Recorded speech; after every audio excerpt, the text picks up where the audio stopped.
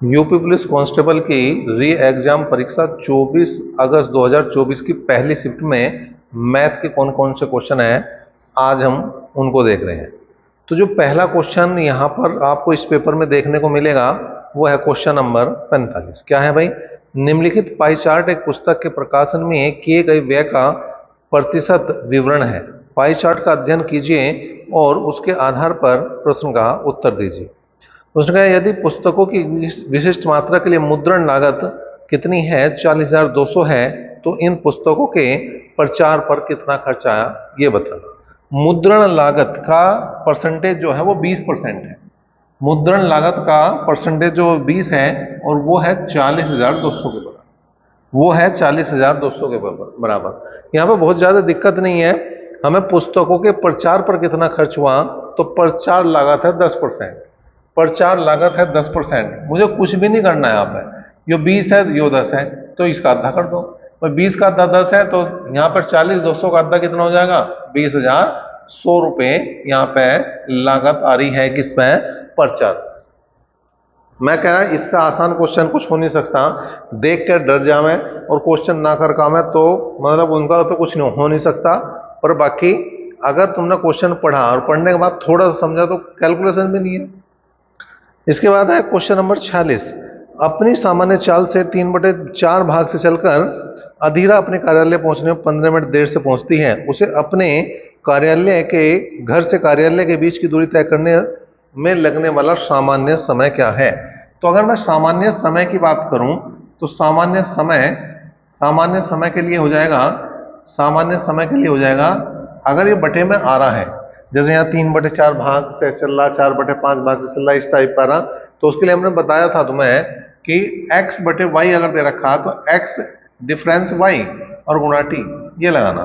तो यहाँ पे 3 और 3 डिफरेंस 4 और गुणा में लगा दो कितना? 15 मिनट। जितना वो कम या ज्यादा है वो इंटू में करना बस। बटे में तो 1 बचा 15 थी या 45। अब अगर ये मिनट में है तो उत्तर मिनट में आऊगा, यो घंटे में है यो समय तो उत्तर घंटे में आऊगा, यो अगर सेकंड में है तो उत्तर सेकंड में। मात्रा वो आऊगा जो क्वेश्चन में दे रखा। तो यहाँ 45 मिनट इसका एक तरह से क्या हो जाएगा भैया? सही जवाब हो जाएगा। ठीक है। इसके बाद हम देखेंगे तो अब अगला क्वेश्चन जो है वो है 48वां। मैथ का जो है वो अगला क्वेश्चन है वो है 48वां क्वेश्चन फिर से पाई चार्ट का है। दिया गया पाई चार्ट एक परिवार के घरेलू व्यय का प्रतिशत विभाजन दिखाता है। यदि यह दिखाया गया कि परिवार की कुल मासिक आय 32,500 है तो भोजन और मनोरंजन पर संयुक्त रूप से खर्च की गई कुल राशि कितनी है ये बताना है। टोटल आय दिखा रखी 32,500, तो 100% जो बराबर है, 100% जो बराबर है वो 32,500 के हैं। 100% जो बराबर है वो 32,500 के हैं। भोजन और मनोरंजन, तो भोजन पे हो रहा 27% पे है, भोजन पे हो रहा 27% और मनोरंजन पे हो रहा 9। 27 और 9 हो गए 36%। यह जाएगा भोजन, यह जाएगा भोजन प्लस मनोरंजन, भोजन प्लस मनोरंजन। तो यहाँ पे 2 जीरो से 2 जीरो गई। और यहाँ पे अगर मैं बात करूं तो भोजन और मनोरंजन का जो टोटल व्यय है वो कितना आ जाएगा भाई? 325 की गुणा आपको किस में करनी पड़ेगी? 36 में करनी पड़ेगी। 325 की गुणा आपको 36 में करनी पड़ेगी। कर दो गुणा भाई। 36 पंजे 180, हासिल को 18 हो गया। 36 दूनी 72, 72 18 90, हासिल को 9 आ गया। ठीक है। और 36 दिया 108, 108 और 9 117। तो कुल मिलाकर जो खर्चा हुआ वो 11,700 रुपये यहाँ पे इसका सही जवाब हो जाएगा जो सी ऑप्शन में है। तो मतलब अगर जिन्होंने कल वाले पेपर देख लिए होंगे तो उनके लिए आज बहुत आसान हो गया काम, क्योंकि लगभग उस टाइप के क्वेश्चन पूछे और केवल संख्याओं का चेंज है। थोड़ा सा कहीं ना कहीं आइडिया तो हो ही जावे। मतलब कल वालों से आज वालों के नंबर ज्यादा बनेंगे, लेकिन जब नॉर्मलाइजेशन होगा तो बात बराबर ही होनी। ज्यादा खुश इन्हें भी नहीं होना और ज्यादा दुखी उन्हें भी होने की कोई बात है नहीं जिनका कल पेपर था। क्वेश्चन नंबर 49 की बात करें, क्या है? एक कार्यालय में 30% कर्मचारी महिलाएं हैं, 60% महिलाएं कर्मचारी और 40% पुरुष कर्मचारी विवाहित हैं। कार्यालय में अविवाहितों का परसेंटेज हमें बताना। अब देखो सपोज करो 100 आदमी टोटल थे, 100 आदमी टोटल थे इसका मतलब यहाँ पे महिलाओं की जो बात करी उसमें 30% है, तो इसका मतलब 30 महिलाएं होंगी। और अगर पुरुषों की बात करूं तो कितने बचे भाई? 70% बचे। कितने बचे? 70% बचे, सीधी सी बात है। 60% महिलाएं और 40% पुरुष कर्मचारी जो विवाहित हैं, और अविवाहित पूछ रहा, इसका मतलब इनका तो 40% अविवाहित है। अगर मैं 40% निकाल लूंगा तो कितना बनेगा भैया? 12। और इनका जो है वो 60% अविवाहित है। इसने विवाहित दे रखे, हमने क्या करा? 100 में से घटा के अविवाहित निकाल लिया, तो 7 6 42। ठीक है, तो ये हो गया 42 और 12, कुल मिला के हो गया 54।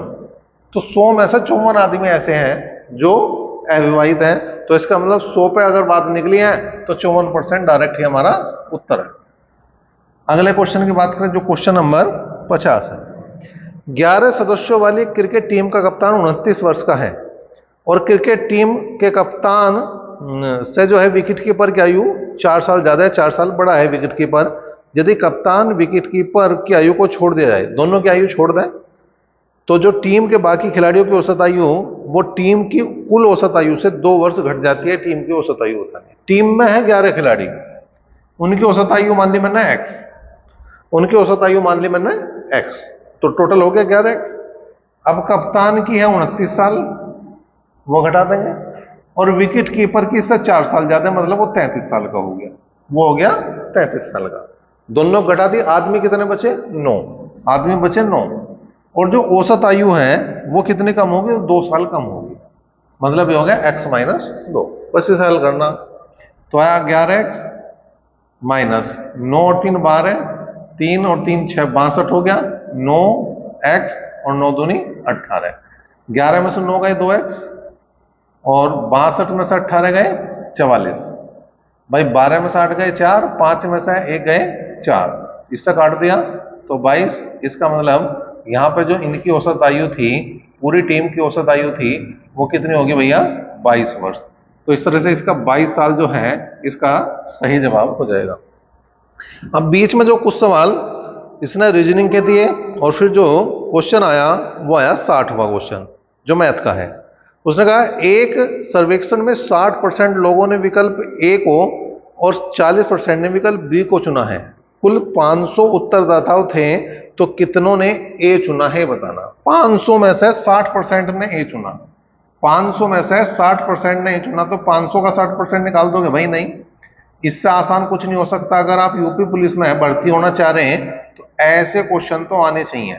और मैं कह रहा ऐसे क्वेश्चन तो आप किसी भी भर्ती में भर्ती होना चाह रहे हैं, ऐसे क्वेश्चन तो आने ही चाहिए। अगर ऐसे क्वेश्चन भी नहीं कर पाने गए तो फिर किसी भी भर्ती में भर्ती होना असंभव हो जाएगा। नेक्स्ट क्वेश्चन जो मैथ का है वो है 68वां। 40 विद्यार्थियों के कक्षा में 20 ने केवल जीव विज्ञान चुना है। केवल जीव विज्ञान का मतलब दूसरा उसने सब्जेक्ट लिया ही नहीं। 15 ने गणित चुना है परंतु जीव विज्ञान नहीं, तो इसका मतलब इन्होंने 15 जो ऐसे थे जिन्होंने केवल गणित चुना। यह दिया गया है कि प्रत्येक विद्यार्थी ने या तो गणित या जीव विज्ञान या दोनों को चुना है, तो उन विद्यार्थियों की संख्या ज्ञात करो जिन्होंने गणित और विज्ञान दोनों को चुना है। ठीक है, अब देखो यहाँ पे 40 विद्यार्थी हैं, हमने देखा कि यहाँ टोटल जो है वो 40 है। यो मैथ का हो गया और यो बायोलॉजी का हो गया, यो मैथ का हो गया और यो बायोलॉजी का। अब उसने कहा 15-20 विद्यार्थी तो ऐसे थे जिन्होंने केवल जीव विज्ञान चुना, बायोलॉजी चुना, 20 तो यहां लिख देंगे। ठीक है, और 15 ऐसे थे जिन्होंने केवल मैथ चुना, क्योंकि उसने कहा उन्होंने मैथ चुना परंतु जीव विज्ञान नहीं चुना, सब्जेक्ट दो ही है। और जब सब्जेक्ट दो ही है तो इसका मतलब ये केवल ऐसे हो गए जिन्होंने मैथ चुना है, जीव विज्ञान नहीं चुना है। तो अब ऐसों की संख्या बतानी जिन्होंने दोनों सब्जेक्ट चुने हो। तो भाई 15 और 20 हो गए 35, और 40 में से 35 गए तो कितना आ गया? 5। ठीक है, अब यहीं पे मैं आपको कई चीज बता दूं, यहीं पे क्वेश्चन में कई चीज समझने वाली है। उसने पूछा कि दोनों सब्जेक्ट चुनने वाले कितने हैं? 5, मतलब मैथ और बायोलॉजी चुनने वाले 5, और यही इसका उत्तर था। पहली बात तो यो, कल को किसी दूसरी शिफ्ट में यो भी पूछा जा सकता है कि मैथ चुनने वाले कितने हैं, तो 15 5 20 हो जाएंगे, 15 5 20 हो जाएंगे। इस गोले को देखना फिर पूरे को जिसमें एम लिखा मैंने। कल को ये भी पूछ सका बायोलॉजी वाले कितने, तो फिर ये टोटल देखना 20 और 5 25 हो जाए। ठीक है, लेकिन इस क्वेश्चन का सही जवाब 5 हो गया। ठीक है। इसके बाद थोड़ा सा स्क्रॉल करेंगे, आगे बढ़ेंगे तो क्वेश्चन नंबर 82 आए। क्वेश्चन नंबर 82 भी जो है वो मैथ का ही क्वेश्चन है। 52 पत्तों की गड्डी से एक इक्का निकालने की प्रायिकता ज्ञात कीजिए। 52 पत्ते हैं और इक्के कितने हैं? 4 हैं। 52 पत्ते हैं, इक्के कितने हैं? 4 हैं, और हमें प्रायिकता निकालनी है, मतलब प्रोबेबिलिटी निकालनी है। ठीक है भाई, प्रोबेबिलिटी निकालनी है हमें। एक गड्डी से इक्का निकलना, इक्का कितने हैं? 4 हैं, तो जितने अवसर हैं वो तो ऊपर लिखो, 4 में से कोई सा एक निकलेगा, और टोटल पत्ते कितने हैं? 52 में से कोई सा एक निकलेगा, तो 4 एकम 4 और 13 चौका 52। इसका मतलब इसका जो उत्तर बनेगा वो 1/13 जो है वो सही होगा, जो सी ऑप्शन में है। ठीक है, अब थोड़ा सा लंबा जाना पड़ेगा तुम्हें, और जहां हिंदी खत्म हो रही उससे बिल्कुल अगला क्वेश्चन जो है वो किसका है? मैथ का है, मतलब क्वेश्चन नंबर 132। और अब यहां से आगे जितने भी क्वेश्चन है 132 से आगे के, वो सारे क्या है? मैथ के हैं। ठीक है, अब लगातार मिलेंगे। ये 2-4 क्वेश्चन इसने बीच बीच में दिए थे वो हमने लिए, लेकिन अब लगातार वाले देखो। एक कारखाने में 60% कर्मचारी 30 वर्ष से अधिक आयु के हैं। इनमें से 75% पुरुष और शेष महिलाएं हैं। यदि 30 वर्ष से अधिक आयु के 135 पुरुष श्रमिक हैं तो कारखाने में कुल कितने आदमी हैं? कुल कितने श्रमिक, ये बताना। देखो भाई, 100 आदमी थे टोटल, 100 आदमी थे। ठीक है, उसने कहा एक कारखाने में 60% श्रमिक 30 वर्ष से अधिक, तो 30 प्लस आयु वाले कितने? 60% है, मतलब 100 का 60% निकल लेंगे, 60 ही आ गया। तो जो है अंडर 30 जो है वो कितने बचे भाई? 40। ठीक है, 30 प्लस वाले हो गए 60 और 30 से नीचे वाले हो गए 40। इसके बाद उसने कहा इनमें 75% पुरुष हैं, इनमें मेल जो है वो 75% है, तो 7 गुना 75/100 करूंगा, 25 या 75, 25 चौका 100, 4 से 60 कटूंगा, 15 बार कटेगा, और 15 या 45 हो गया पुरुष। महिला जो होगी वो कितनी होगी? 15 होगी, 60 टोटल थे। ठीक है, अब इसने जो कहा है यहाँ पे, इसने कहा है कि अगर 30 वर्ष से अधिक आयु के पुरुष 135 और यहाँ कितना है? 45। इसका मतलब वो ये कह रहा कि जो 45 है वही 135 के बराबर है, जो 45 है वही किसके बराबर है? 135 के बराबर है। तो 100 बराबर कुल के होगा, 100 बराबर कुल के होगा, 100 बराबर कुल के होगा। तो 35 दिया वो 45 दिया 135, तो कुल जो आ जाएंगे वो आ जाएंगे भैया 300 आ जाएंगे। क्वेश्चन नंबर 133 की बात करें, एक सेव की कीमत 20% की कमी एक व्यक्ति को 54 रुपए में 10 सेव अधिक खरीदने में सक्षम बनाती है, तो सेव की प्रति दर्जन घटी हुई कीमत क्या है? जब मैंने कल कराया था सेट तो वहां पुरानी कीमत का क्वेश्चन आया था, और तभी मैंने नई कीमत की बात करी थी कि कहीं अगली शिफ्ट में ऐसा ना हो जाए, तो वही हो गया। अगली शिफ्ट में नई कीमत वाला क्वेश्चन आ गया। तो मैंने क्या बताया था? नया मूल्य अगर निकालना आपको तो रुपये कितने हैं? रुपये हैं 54, परसेंटेज गुणा में 20 बटे यहां 100 लिखना था, और पुराने में क्या लिखना था? जोड़ के या घटा के। अगर वृद्धि हो रही तो जोड़ के, और कमी हो रही तो घटा के, और गुणा में जितने माल जो है कम या ज्यादा ले रहा, जो एक सेव की कीमत है, और उसने पूछा है प्रति दर्जन, तो 12 से गुणा करनी पड़ेगी। ठीक है भाई, 0 से 0 गया। अब यहां पर कुछ नहीं करना, 12 की गुणा करेंगे किसमें? 54 दूनी 108 में, 108 गुणा 12 बटे हो जाएगा 100, तो 12 अट्ठे 96 और 12 कम 12 बटे 100 का मतलब हो गया 12 रुपये 96 पैसे, और यही इसका सही जवाब हो जाएगा। 134 में देखो भाई, क्वेश्चन नंबर 134 क्या कह रहा है? एक गिलास में दूध और पानी को 3:5 के अनुपात में मिलाया जाता है, दूसरे गिलास में 6:1 के अनुपात में मिलाया जाता है। दोनों को किस अनुपात में मिलाया जाए कि दूध और पानी का अनुपात 1:1 हो जाए? तो यह है 3:5 और यह है 6:1, मिलाया 1:1 के हिसाब से। अब हम क्या करेंगे? देखो, अगर एक तो तरीका यह है कि आप इसका एलसीएम ले में, किसका? जो इनका योग आ रहा 8, 7 और यहां आ गया 2, तो 8, 7 और 2 का एलसीएम लेंगे तो कितना आ गया? 56। इसे 56 बनाना तो 7 से गुणा, इसे 56 बनाना तो 8 से गुणा, और इसे 56 बनाना तो 28 से गुणा। 7 या 21, 8 संग 48, पहले पहले में गुणा कर रहा मैं, या तो पहले पहले में गुणा करो या दूसरे दूसरे में गुणा करो, और 28 से कम 28 घटा दो, ऐसे मिश्रण लगा दो, एलिगेशन लगा दो। 28 में से 21 गए 7, 48 में से 28 गए 20, तो अनुपात जो आएगा वो आ जाएगा तुम्हारा 20:7, जो आपके सीओ। क्वेश्चन नंबर 135 की बात करें, क्या है भाई, 72 पुस्तकों का क्रय मूल्य 60 पुस्तकों के विक्रय मूल्य के बराबर है, लाभ प्रतिशत बताना। कल भी आया था, पहली शिफ्ट में कल भी आया था क्वेश्चन, ठीक है, आज भी आया है, संख्याओं का चेंज है। तो यहां पर क्या है, क्रय माइनस विक्रय बटे विक्रय गुणा 100, तो 72 माइनस 60 बटे 60 गुणा 100, तो 72 में 60 गए, 12 और 12 पंजे 60, तो 12 बटे 60 और गुणा 100 का मतलब 12 पंजे 60 और 5 से कट्टा 20 बार। तो यहाँ पे जो लाभ है वो 20% का लाभ है, 20% का लाभ है। 136वां क्वेश्चन, यदि केले को 50 रुपए में 60 की दर से खरीदा जाता है और 60 रुपए में 50 की दर से बेचा जाता है, तो लाभ प्रतिशत बताना है। लाभ प्रतिशत बताना है। 50 रुपए में 60 की दर से खरीदा और 60 रुपए में 50 की दर से बेच दिया, तो जेड बना दो। और लाभ प्रतिशत होगा या हानि प्रतिशत होगा वो डायरेक्ट भी बता सके अगर ये ना कहता, लेकिन कह दिया तो बहुत काम आसान है। पहले इनकी गुणा करनी है, 60 की 60 में गुणा करेंगे 3600, माइनस जो बच गया उनकी गुणा कर दो, 50 की 50 में गुणा करो 2500, जो बाद वाली संख्या वही बटे में लिखनी है और गुणा 100, गुणा 100। अब देखो, अगर यो आओगा प्लस में तो लाभ है, और अगर आएगा माइनस में तो हानि है। बाकी उसने पहले क्या रखा, लाभ है तो ये प्लस में ही आना, कोई दिक्कत नहीं। तो यहां गया 1100 गुणा 100 बटे 2500, 20 गई, 25 चौका 100 और 11 चौक 44% का यहां पे क्या है भैया, लाभ है। 137 की बात करेंगे, क्या है, 12, 18, 20 और 25 का एलसीएम लेना।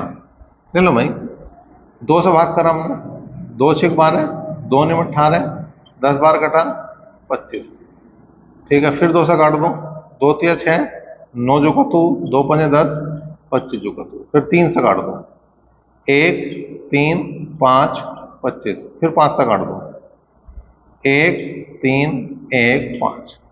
एलसीएम देखो भाई क्या है, 2 दूनी 4, 4 3 12, 12 पंजे 60, और 60 की गुणा कर दो 15 छिक्का 90। भाई ये आ गया तुम्हारा 5 या 15, 60 गुणा करेंगे 15 में, 15 छिक्का 90, तो ये आ जाएगा 900। तो जो इसका एलसीएम है वो कितना है, 900, और 900 तुम्हारे डी ऑप्शन।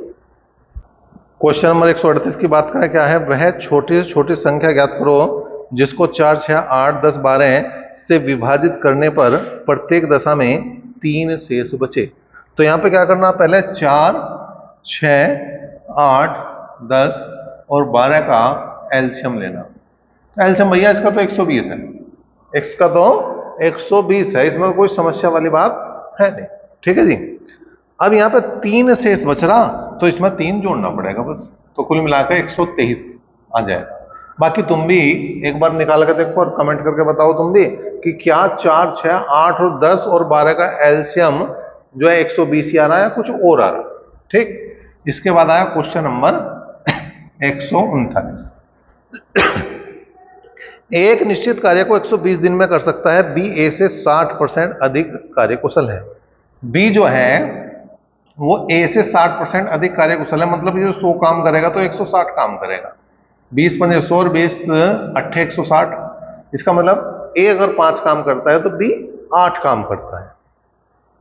तो उसी कार्य को बी अकेले कितने दिन में करेगा।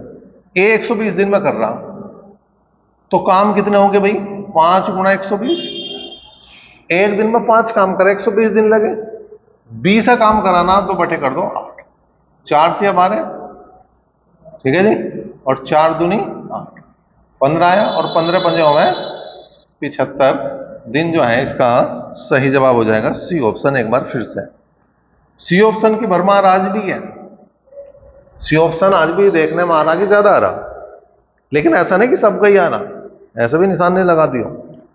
एक व्यक्ति 600 किलोमीटर की दूरी ट्रक द्वारा 80 किलोमीटर प्रति घंटे की चाल से, 800 किलोमीटर की दूरी हवाई जहाज द्वारा 400 किलोमीटर प्रति घंटे की चाल से, और 100 किलोमीटर की दूरी मोटरसाइकिल द्वारा 50 किलोमीटर प्रति घंटे की चाल से तय करता है, तो पूरी यात्रा की औसत चाल होता है। औसत चाल बतानी है। क्या बतानी भाई? औसत चाल। औसत चाल बराबर होगा है कुल दूरी बटे कुल समय। औसत चाल बराबर होता है कुल दूरी बटे कुल समय। कुल दूरी बटे कुल समय। ठीक है भाई। अब कुल दूरी कितनी है? देखो 600 किलोमीटर एक है, 800 किलोमीटर एक है और 100 किलोमीटर एक है। अब समय की बात करेंगे। जो 600 चला वो 80 किलोमीटर प्रति घंटे के हिसाब से चला, तो हम करेंगे 600 बटे 80। जो 800 चला वो 400 किलोमीटर प्रति घंटे के हिसाब से चला, तो बटे कर देंगे 400। और जो 100 चला वो जो है 50 किलोमीटर प्रति घंटे के हिसाब से चला, तो बटे 50 कर दें। 50 दूनी 100, 400 दूनी 800, जीरो से जीरो गया, 4 से कट्टा 15 बार, 4 दूनी 8। कुल मिलाकर अगर बात करें तो ये हो गया भाई 800, 100, 900 और 600, 1500। ठीक है, 2 और 2 4 और ये आ जाएगा तुम्हारा 7.5। 7.5 का मतलब 11.5। या इसे एक काम करो, इसे तुम ऐसे ही रहने दो, 2 और 2 4 और 4 दूनी 8, 8 और 15 हो जाएंगे तुम्हारे कितने? 23। और 2 को ले जाओ ऊपर, 2 को ले जाओ ऊपर। ठीक है जी। तो यहां पे आ जाएगा तुम्हारा 3000 बटे 23। अब 3000 को भाग करना किससे? 23 से। तो 23 ही कम 23, 7 बच गया, 23 थिया 69, 1 बच गया। ठीक है, जीरो लगा दो, तो कुल मिलाकर आ गया 130 सही 10 बटे 23। 130 सही 10 बटे 23 किलोमीटर प्रति घंटा, जो ए ऑप्शन में है। तो इस बार ए ऑप्शन से क्वेश्चन नंबर 141 की बात करें। एक महिला 25,220 रुपए उधार लेती है और 1, 2 और 3 वर्ष बाद 3 समान किस्तों में पैसे वापस कर देती है। यदि चक्रवृद्धि ब्याज की दर 5% है तो प्रत्येक किस्त का मूल्य क्या है? प्रत्येक किस्त का मूल्य क्या है? देखो 5% की दर है। कल की जो सेकंड शिफ्ट थी उसमें भी ऐसा क्वेश्चन था, वहां 2 साल थी, अब 3 साल दे दिए बस। तो 1/20 आ गया। मतलब पहले साल 20 के होंगे 21, अगले साल इसका वर्क कर दो 400 के होंगे, इसका वर्क कर दो 441। तीसरे साल की बात है तो इसका घन कर दो 8000 के हो जाएंगे, इसका घन कर दो 9261। अब यो किस्त है और किस्त हर साल की बराबर होती है, तो इसे बराबर करना तो इसे तो गुणा करना पड़ेगा हमें 21 से और इसे गुणा करना पड़ेगा हमें 441। ठीक है भाई। अब मैंने गुणा करी 441 से, तो 0, 2, 8, 8, इधर जो है कितना 9261 चली रहा। इसकी बात करूं, इसकी 21 में गुणा करूं, 21 चौक 84, 100 हो गया और यहां 9261 चली रहा। इसमें कोई चेंज नहीं है, ये तो बिल्कुल सीधा साधा सा है। इसने तो सारा खेल ही बिगाड़ा, इसने तो सब कुछ चेंज करवाया। ठीक है, तो जो टोटल धन होगा वो तो जोड़ का होगा, किस्त आओगी तुम्हारी यो है किस्त, यो है किस्त। जोड़ के देख लो, 0, 2, 8 4 12, 8 3 24 और 1 25। 25,220 रुपए, 25,220 रुपए उसने उधार लिए और यही क्वेश्चन में दे रखे, तो हमें कुछ करने की जरूरत नहीं। जो किस्त आओगी वो 9261 की आओगी। अगर कोई और संख्या होती तो यो बराबर उसके और किस्त बराबर किस्त के हो जाता। इसके बाद आया क्वेश्चन नंबर 142। क्या कह रहा है? ए किसी कार्य को पूरा करने में बी की तुलना में 50% अधिक समय लेता है। 50% अधिक समय लेता है। ठीक है जी। ए जो है बी की तुलना में, ए किसी कार्य को पूरा करने में बी की तुलना में 50% अधिक। अगर इसे 100 दिन लग रहे तो इसे 150 दिन लग रहे, मतलब इसे 3 दिन लग रहे तो इसे 2 दिन लग रहे। यो है समय। क्षमता जो निकालनी, कार्य क्षमता की अगर मैं बात करूं, वो उल्टा हो जा, 2:3 हो गई। उसने कहा अगर वे दोनों मिल गए इसे 27 दिन में कर रहे हैं तो बी अकेला किस दिन में करेगा? तो 27 की गुणा तो करनी पड़ेगी हमें 2 और 3 5 में, और बी से निकालना तो बी की क्षमता से भाग करो, तो 3 हम 27 और 9 पंजे 45 दिन लगेंगे केले को किसे भाई? बी को पूरा करने। नंबर 143 की बात करें। चक्रवृद्धि ब्याज पर 3000 रुपए की राशि 2 वर्ष में 6000 हो जाती है, तो 4 वर्ष में जो कितना ब्याज होगा ये बताना। तो 3000 जो है वो 6000 हो रहे कितने टाइम में? 2 वर्ष में। तो टोटल यहां से यहां तक का जो समय है वो 4 साल है। 4 वर्ष में कितने होंगे, 3 में 6 हो गए, तो 6 जो है अगले 2 साल में, आगे तो 2 ही साल मिले से, ये 12 हो जाएगा, डबल हो जाएगा भाई। 3 के 6 हुए, 6 के 12, 4 गुने हो जाएंगे, ठीक है, ये हो जाएंगे 4 गुने। अब वो कह रहा ब्याज, तो 3,000 रुपये मूलधन है और 12,000 रुपये मिश्रधन है, तो जो ब्याज होगा घटा दो 9,000 रुपये, 12,000 में से 3,000 घटा दो। इसके बाद आया क्वेश्चन नंबर 144 में, पुस्तक के अंकित मूल्य पर 12% की छूट देने के बाद एक दुकानदार को 21% का लाभ होता है, यदि छूट ना दी जाए तो लाभ कितना होगा। 12% की छूट दे रहे, इसका मतलब 88% हो रहा, बटे 21% का लाभ हो रहा, तो 121 बराबर छूट नहीं दे रहे तो 100% रह गया, तो लाभ बताना 100 प्लस लाभ। देखो इसके लिए लिख लो 100 माइनस छूट फर्स्ट बटे 100 प्लस लाभ फर्स्ट, और ये दोनों परसेंटेज में है, और ये आ जाएगा 100 माइनस छूट जो है सेकंड, और 100 प्लस लाभ सेकंड। तो छूट थी 12%, घटा दिया 88 आया, लाभ था 21%, जोड़ दिया 121 आया, दूसरी छूट खत्म ही कर दी उसने, 0 रहेगी तो 100 रह गया, लाभ निकाल।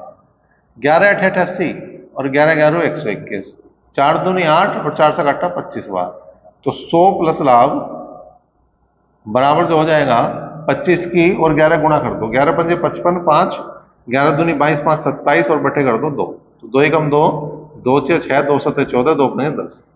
तो लाभ और परसेंटेज कितनी आ गई भाई, 100 में 100 घटा दो 137.5 में, तो 37.5% का यहाँ पे क्या जाएगा भैया, लाभ आ जाएगा इस कंडीशन में। दूसरी क्वेश्चन नंबर 145 की बात करें, एक दुकानदार एक कैमरे के अंकित मूल्य पर 10% की छूट देता है और कैमरे का क्रय मूल्य 3600 रुपये है, तो अंकित मूल्य ज्ञात कीजिए ताकि 10% छूट देने के बाद भी 20% का लाभ।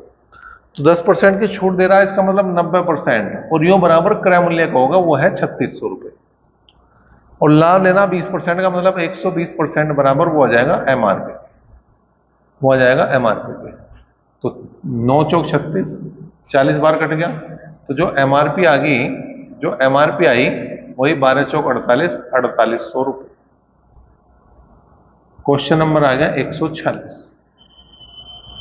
क्या कहा यहाँ पे उसने, ए बी और सी ने एक साझेदारी में प्रवेश किया और निवेश का अनुपात जो है 5 4 और 3 था। 4 महीने बाद बी ने 1,000 रुपये के अतिरिक्त पूंजी निवेश की और 8 महीने बाद सी ने 2,000 रुपये के अतिरिक्त पूंजी निवेश की। यदि वर्ष के अंत में लाभ का अनुपात 12 15 और 11 था तो सी का निवेश कितना था, ये बताना। देखो 3 आदमी हैं ए बी सी, इनका जो निवेश था वो 5 4 और 3 के अनुपात में था, तो अनुपात को हटाया हमने एक्स लगा दिया। क्या हुआ, 4 महीने बाद, इसका मतलब 4 महीने तक यही पैसा लगा, बी ने 1,000 रुपये अतिरिक्त लगा दिए, यहां पे जो इसकी पूंजी होगी वो होगी 4x प्लस 1,000, ठीक है, और 8 महीने बाद, इसका मतलब ये पैसा 8 महीने लगा, और जो 8 महीने बाद इसने क्या करा, 2,000 रुपये अतिरिक्त लगा दिए, तो अगर 3x प्लस 2,000, ठीक है, तो 1 वर्ष बाद की बात कर रहा है, इसका मतलब यो पैसा 12 महीने के लिए लगा, यो पैसा 8 महीने के लगा, और यो पैसा 4 महीने के लगा। 4 से मैंने सबको भाग करा, 4 थे हमारे, 4 एकम 4, 4 दूनी 8, 4 दूनी 8, 4 एकम 4, ये हो गया 15x, ये कितना हो गया भाई, 4 दूनी 8, 8 और 4 12x प्लस 2,000, यहां पे क्या हुआ, 3 दूनी 6 और 3 9x प्लस 2,000, ठीक है, जो लाभ का ही अनुपात आ गया होता है, क्योंकि लगाई गई पूंजी और समय का गुणनफल का अनुपात यो है। अब जो लाभ का अनुपात है वो 15 14 और 11 है, 15 14 और 11 है। तो यहां पे हम क्या करेंगे, पहले कोई से 2 ले लो, पहले मैंने ये ले लिया, ठीक है, 15 से 15 गया, इसकी गुणा कर दो, 14x बराबर 12x प्लस 2,000, तो 2x बराबर 2,000, तो x बराबर आ गया 1,000। सी की पूंजी निकालनी, वो थी 3x, तो 3 गुणा 1,000 मतलब वो आ गई 3,000 रुपये। 147 की बात करें, क्या है, साझेदारी में एक्स पूंजी का 1/6 हिस्सा 1/6 समय के लिए और वाई 1/3 पूंजी का 1/3 समय के लिए लगाता है। जेड पूरे समय के लिए शेष पूंजी लगाता है। तो यदि वर्ष के अंत में अर्जित लाभ 23,000 रुपये हो तो वाई का हिस्सा हम एक्स वाई जेड, यो 1/6 पूंजी 1/6 समय के लिए, यो 1/3 पूंजी 1/3 समय के लिए, और ये जो शेष पूंजी जो है पूरे समय के लिए लगाता है। समय तो हो गया पूरा और शेष पूंजी बनेगी आधी। एक में से 1/6 और 1/3 घटा दो, एलसीएम आया 6, 6 माइनस 6 कम 6, 3 दूनी 6, तो 3/6 का मतलब 1/2। ठीक है भाई। अब यहां पे इसका एलसीएम आ गया 36, 36 से गुणा कर दो, तो यहां गया 1, यहां गया 3 3 9 9 चौक 36 और यहां गया 18। तो इनका जो लाभ का अनुपात है वो 1:4:36 है। अब टोटल है 23,000 रुपये और यहां जो टोटल हो रहा अनुपात का वो भी 23 हो रहा। किसका पूछ रहा? जो पूछ रहा वाई का, तो 4 बराबर आ जाएगा वाई। तो वाई का मान आ गया तुम्हारा 4,000 रुपये। क्वेश्चन नंबर 148 की बात करेंगे मैं। उसने कहा A B C D E 5 क्रमागत विषम संख्याएं, उनका औसत क्या होगा। देखो भाई, ए बी सी डी और ई 5 क्रमागत क्या है, विषम संख्याएं। सपोज करो यो ए है तो ए प्लस 2 होगी, क्योंकि विषम संख्याओं में 2 का अंतर चलेगा। यो होगी 4, यो होगी 6 और यो होगी 8। औसत चाहिए तो या तो सबको जोड़ के बटे 5 कर दो, या पहली और लास्ट की को जोड़ के बटे बटे क्या कर दो, बटे कर दो 2, पहली और लास्ट की जोड़ के। तो a प्लस 8/2, तो आ गया 2a प्लस 8/2 का मतलब 2 से भाग करेंगे तो a प्लस 4। एक तरीका ये हो गया, एक तरीका ये हो गया सम या विषम की बात कर रहा। तुम्हें कुछ नहीं करना, जो पहली संख्या है उसी में एक कम करके जोड़ दो, बस उत्तर आ गया। ये टोटल संख्या थी 5, पहली संख्या में वही जोड़ दो, आ गया उत्तर। अगर सम या विषम की बात तो डायरेक्ट शॉर्टकट है। क्वेश्चन नंबर 149 की बात करें, 3 संख्याओं में दूसरी पहली की दुगनी और तीसरी की 3 गुनी है, यदि तीनों का औसत 44 है तो सबसे बड़ी संख्या क्या है। पहली, दूसरी और तीसरी की बात कर रही है। उसने कहा 3 संख्याओं में दूसरी पहली की दुगनी और तीसरी की 3 गुनी है, तीसरी की 3 गुनी, यो मतलब ये 6 है। तो इसने कहा पहली की दुगनी तो यो आधी हो जाएगी, तो 3 हो जाएगी, और यही जो है तीसरी की 3 गुनी है तो ये तिहाई हो जाएगी, 2 हो जाएगी। बात सही है। देखो दोबारा देखो, दूसरी संख्या पहली की दुगनी है, बिल्कुल है, ठीक है, और तीसरी की 3 गुनी, यही तीसरी की 3 गुनी, अनुपात आ गया। तो ये हो गया 6 और 3 नोट दो 11 बराबर, उनका जो औसत दिया वो दिया 44, और योग बनाना तो गुणा 3 करना पड़ेगा। बड़ी संख्या बतानी तो 6 बराबर ये हो जाएगी दूसरी, 11 चौक 44, 4 तिया 12 और 12 छिक हो जाएंगे 72। तो जो बड़ी संख्या है वो 72 है, और यो आ गया तुम्हारा इस सेट का 23 का हमने पहले करा दिया, यो है 24 अगस्त की पहली शिफ्ट का जो लास्ट क्वेश्चन है वो है 150 क्वेश्चन। ठीक है, तो यहां तक हमने सारे क्वेश्चन जो मैथ के थे वो सारे निपटा दिए। लास्ट क्वेश्चन है तो तुम्हें वीडियो को शेयर बिल्कुल कर देना चाहिए, और लाइक वाइक का अगर तुम्हें लगे सही चल रहा काम तो वो भी कर दो, और नहीं लगे तो फिर कोई बात नहीं, फिर तुम देख के और आगे बढ़ो। क्वेश्चन नंबर 150 की बात करो, क्या है भाई, दूध और पानी के 2025 लीटर के मिश्रण में दूध और पानी का अनुपात 12:13 है। 12:15 के अनुपात में दूध और पानी युक्त एक नया मिश्रण प्राप्त करने के लिए कितनी मात्रा पानी की और मिलाई जानी चाहिए, बताना। देखो पहले था 12:13 का अनुपात, 12-13 होते हैं 25, और वो हो गया 2025 के बराबर, वो हो गया 2025 के बराबर। तो यहां एक बराबर किसको हो जाएगा भाई, 25 8 200, और 25 कम 25 81 के बराबर। अगर इसकी बात करूं तो 12 कम 12 और 12 टे 96 97, 972 लीटर तो इसमें दूध है, ये तो हो गया दूध, ठीक है। और इसमें जो है 13 से गुणा कर दो, 13 कम 13, 13 8 104 और 1 105, ये हो गया तुम्हारा पानी। अब उसने कहा इसमें कितना पानी और मिलाया जाए कि वो अनुपात जो है वो 12/15 हो जाए।